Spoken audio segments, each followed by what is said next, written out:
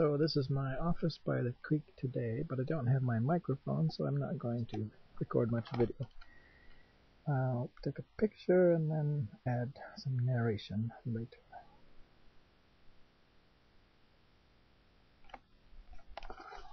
Actually, I'll say a couple things before I forget, because I want to talk today about Danielle and Danielle, actually, as it would be pronounced here.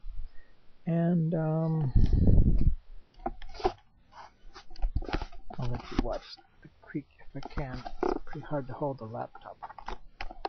And try to speak into the microphone because the microphone is down here.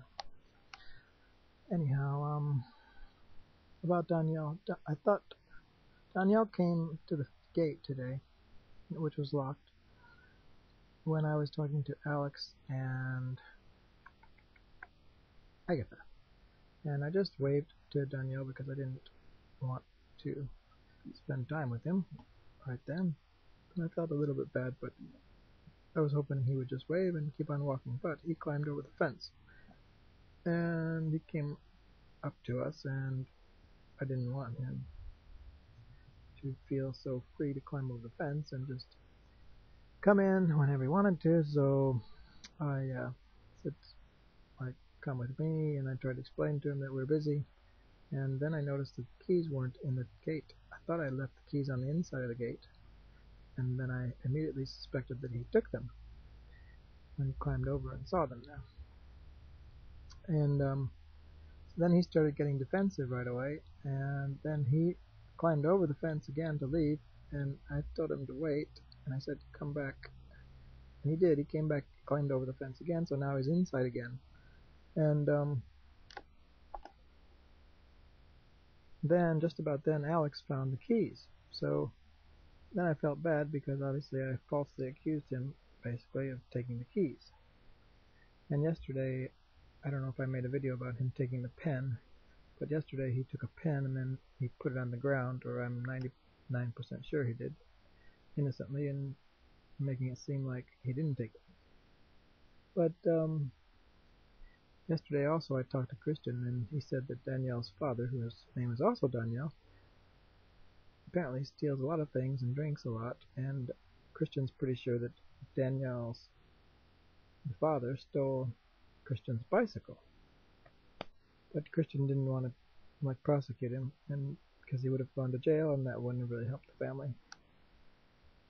That's the way Christian thought, anyhow, and that's kind of the same thing that Felix thought when apparently Danielle, the father, stole Felix's cell phone. And the other thing I wanted to talk about was I forget, but I think it had something to do with university students and again, what's not being taught in school, and some of the conversations I had with Alex and Agatha, but I can't remember.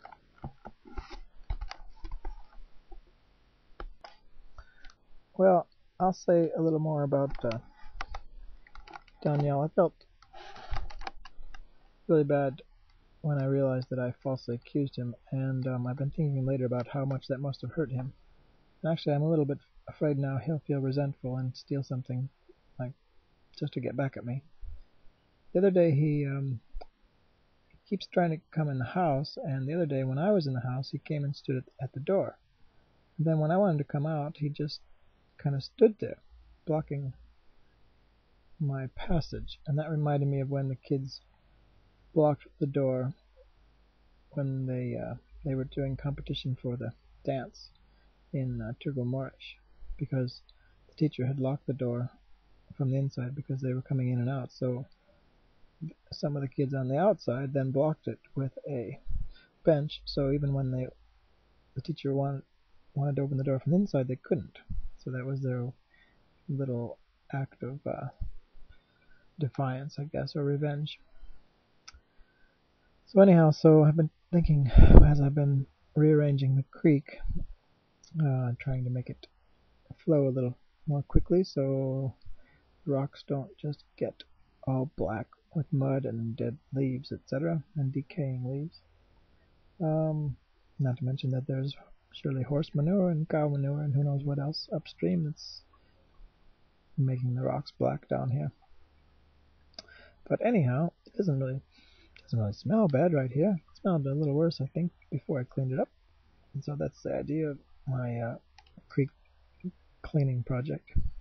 One of the ideas, and also to make some more usable space and maybe a little path for people to walk along. And as I was making a little path, I was thinking about how I'd like to make kind of a path for young people in the future so they don't have to make the same mistakes I made and suffer as much as I did and end up being alone when they're in their 40s or 50s or whatever and going through divorces, etc.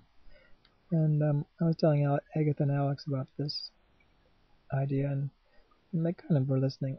I think Agatha was kind of catching on, especially to what I was saying about how they teach a lot of things in universities, but they don't teach anything about relationships. And I asked Alex and Agatha both if they had learned anything in school, if they had learned anything in school that would help them when they're having an argument. And Agatha quickly said no.